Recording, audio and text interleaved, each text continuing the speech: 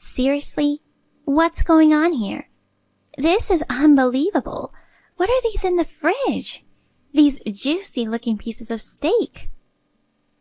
Melinda? In the fridge? Wait, are you at my house again? Yes. Do you have a problem? How did you even get in? A spare key. If I don't come regularly, you'll start slacking off on your duties as a wife. I have to check if you're doing the housework properly. Oh, God. But you returned the spare key the other day, right? I wanted you to stop going inside the house without permission. Why do you still have it? Oh, wait. I asked Josh to give it back to me. Having it is just more convenient in case something happens. It had to be him. I kind of figured. He really is such a sweet boy, isn't he?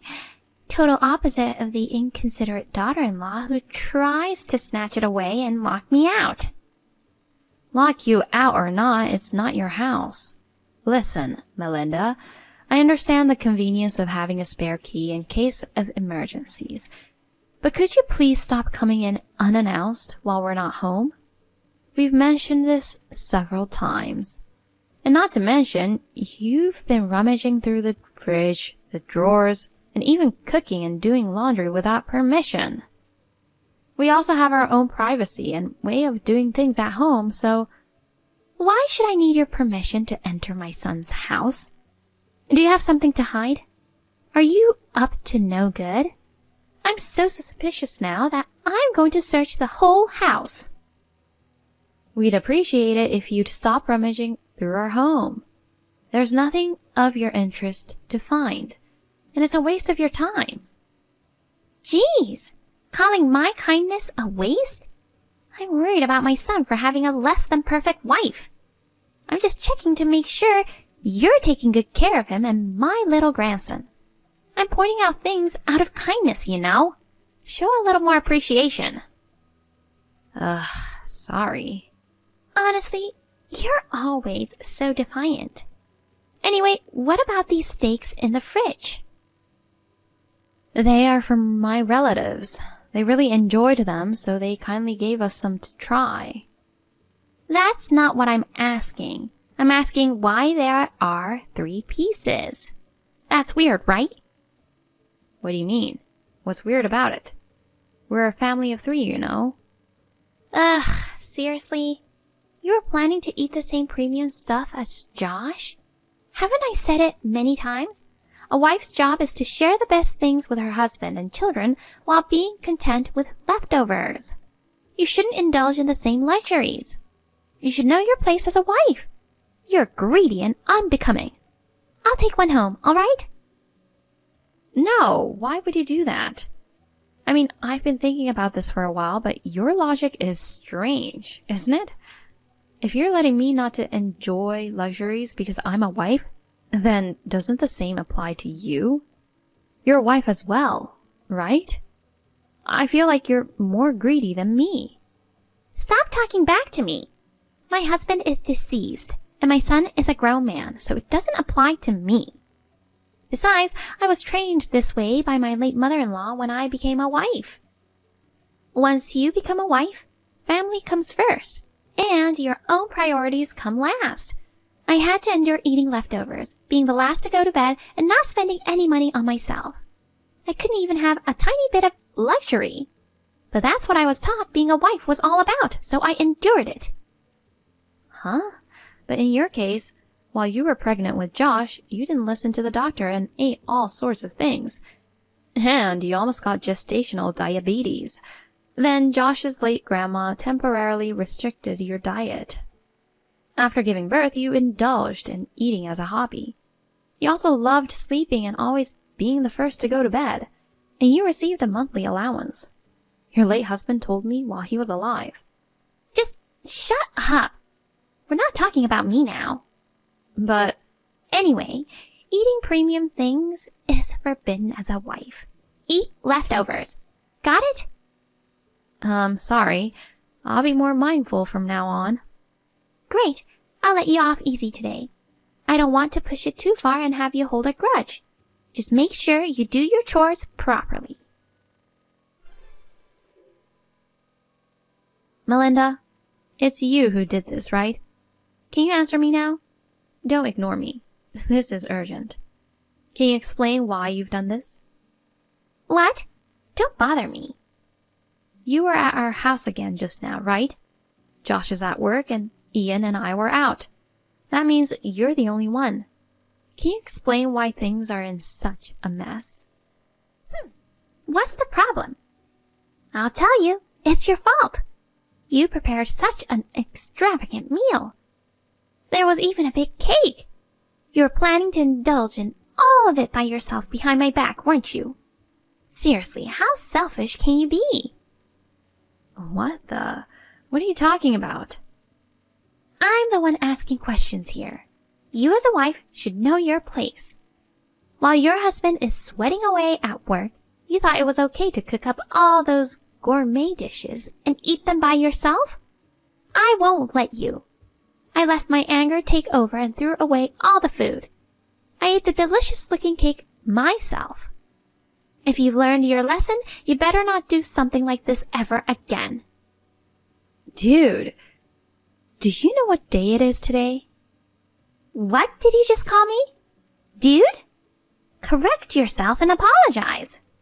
Shut up. I'm asking if you even know what today is. Oh my God. Are you telling me to shut up? What's today? Why would I care? Is it the day the daughter indulges herself? Or is it the day she talks back? Neither is right. It's the day of Ian's birthday party. What? Ian invited his friends and he was supposed to host his first birthday party. Happy birthday, Ian was written on the cake. Didn't you notice? Oh, Jesus. You've got to be kidding. Ian's birthday? I had no idea, so I didn't even look at the writing. But it can't be today. I thought it was 3 days later, wasn't it? You're right. His actual birthday is 3 days from now, but it falls on a weekday. So we planned to celebrate with family on the actual day and then have a birthday party with friends today, Sunday. The two of us have been preparing since yesterday. It's such an important day, so why did you have to come today of all days? While we went out to get a few things at the last minute, you messed up everything. The food and the cake. Moreover, you have the spare key again, the one I took away from you last week. I don't even know how to explain this to his friends. Ian's inconsolable. How could you do this to him? I had no idea. It's not my fault. Seriously? I didn't know anything about a birthday party. You can't expect me to notice the writing on the cake just by glancing at it. It's your fault for not telling me in advance. If something like that was left out on a typical day, anyone would think it's too decadent and want to mess it up. What the heck? It's mostly because of your usual arrogant behavior. You keep indulging yourself and neglecting the housework. Your daily actions make me doubt you, not the other way around. If you were a perfect daughter-in-law, I wouldn't have to misunderstand things like that. This is definitely not my fault. It's all because you're a lousy woman. This is your fault. What the heck? You just pissed me off. This time I'm seriously outraged. Is it too good for me to eat the same things as my husband and son? Is it my fault that my son is crying because of how his mother is treated by his grandmother? Is all of this going to continue as long as you're alive? Well, I don't want a family like this anymore. I'm going to tear it apart. Wait, what? Tear apart? What's gotten into you? You're not yourself. I said I was pissed off, didn't I? I've been holding back until now. A meddling mother-in-law who barges into someone else's home and causes trouble. Not to mention a husband who readily returns the spare key even after I take it away from her. Both are guilty. I'm going back to my family on the premise that we get a divorce. What on earth? Divorce?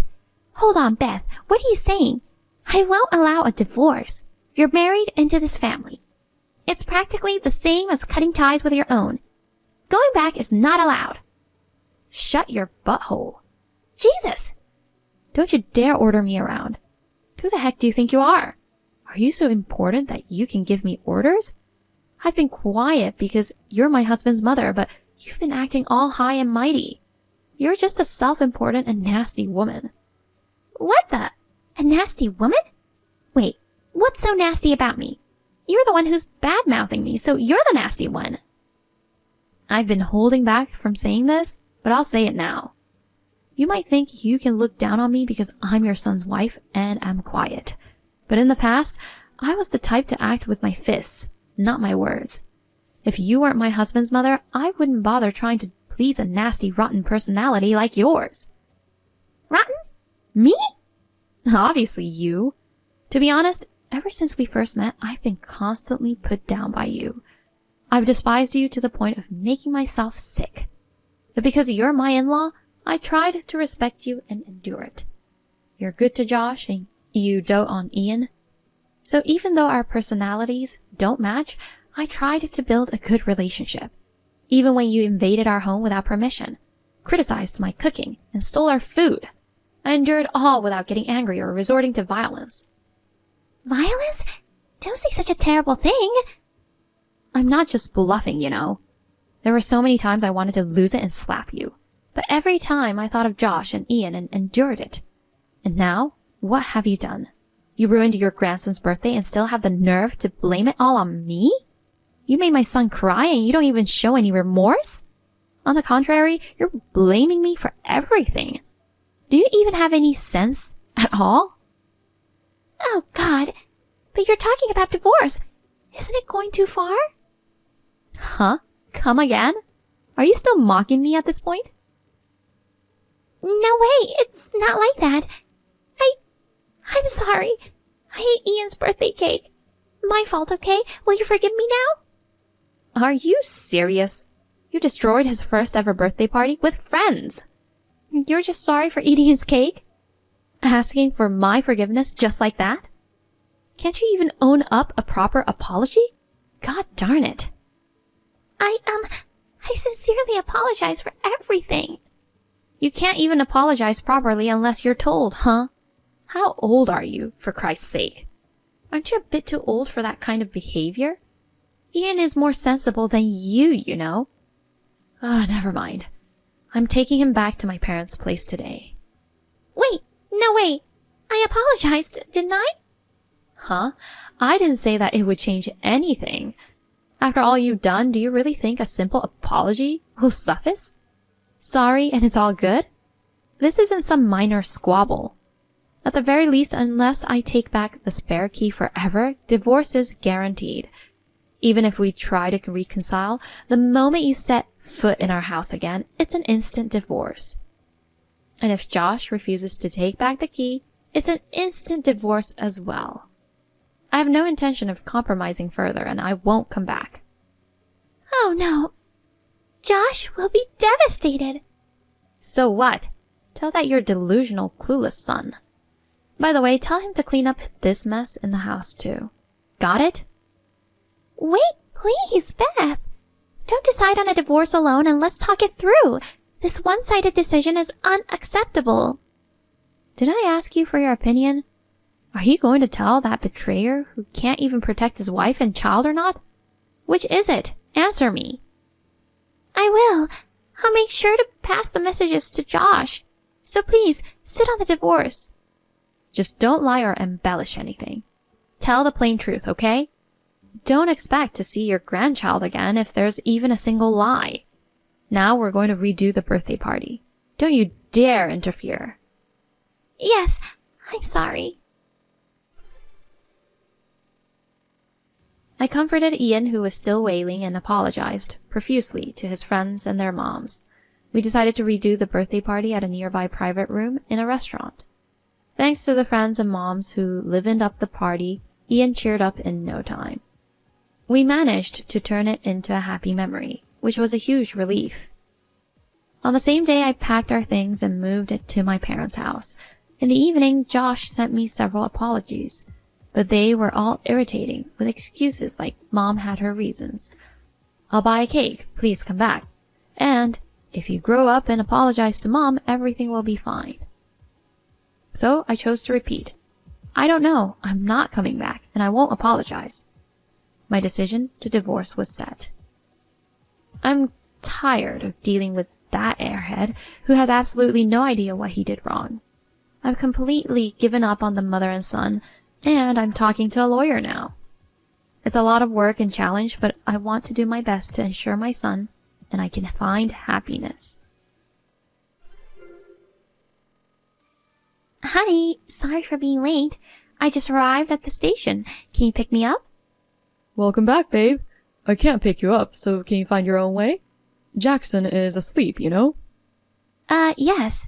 It's already quite late. Yeah, I got it. I have a lot of souvenirs from the trip for you guys.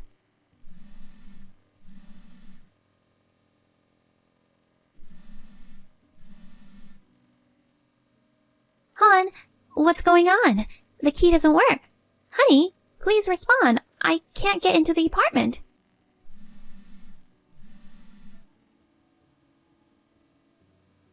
Oh, have you arrived? You must be tired. Yeah, I'm here. What's with changing the locks? Hurry and open the door. No, I can't. Why? Jackson and I are not there anymore. What? Stop messing around and open up.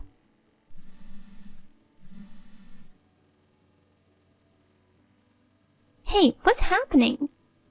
We moved out. The contract is already cancelled. The landlord must have changed the locks. Moved out? What's going on? I don't get it. I can't believe you planned such a prank while I was on a trip with my friends. Anyway, tell me the new address. I'll come over right away. No, it's not a prank, and I won't tell you where we are now. I moved to get away from you. What the heck? Why? There's no point in beating around the bush, so I'll be blunt. You're cheating on me, aren't you? What? No, I'm not.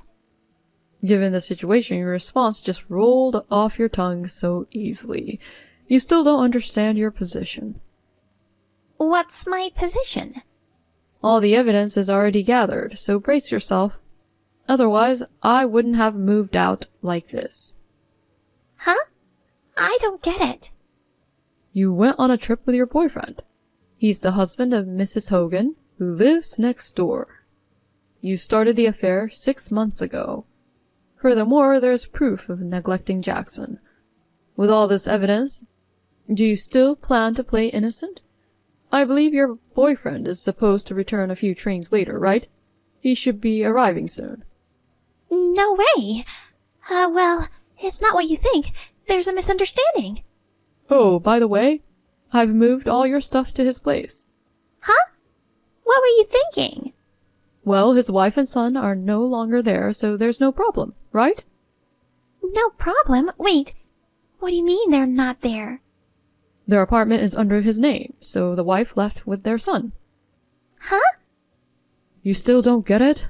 Mrs. Hogan also knows about the affair. It's too late to deny it now. No. You've severed ties with your family, so I thought it'd be easier if I moved out for the divorce negotiations. Divorce? 2 cheaters. Just wait there and get ready. Hold on. What about Jackson? He's only 4 years old. He needs his mother at this age. If you go through with this divorce on your terms, it's going to be so hard on him. Hard on him? How dare you? You have been neglecting him. I never did. For the past 6 months, you've been making up excuses to leave him with your mommy friend. And during that time, you've been shacked up with your boyfriend in a hotel.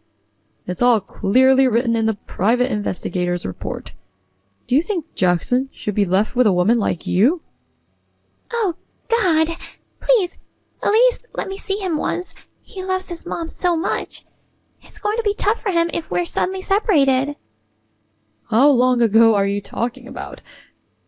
He's become more attached to me over these past 6 months, you know? At first I was just happy, but deep down he realized something was wrong with his mother, and he started seeking my help. When I realized that, it really tore me apart. The person he should be able to trust the most had abandoned him, and treated him like a stranger. That can't be true. He must be crying for his mom every night. Oh yeah? It's the 3rd day since he's been here with me, and I haven't heard him cry out for you. He's been sleeping soundly every night, especially when I'm next to him. You're lying. Anyway, we're getting a divorce. I'll be seeking alimony. Of course, I'll have sole custody of Jackson. Got it? No way. You'll be served soon. Make sure to go through the details. I talked to my boyfriend just now. We've just broken up. Let's go back to being a happy family like before. Please, tell me where you've moved. It's too late. Tomorrow a lawyer will be there with Mrs. Hogan. Don't even think about running away.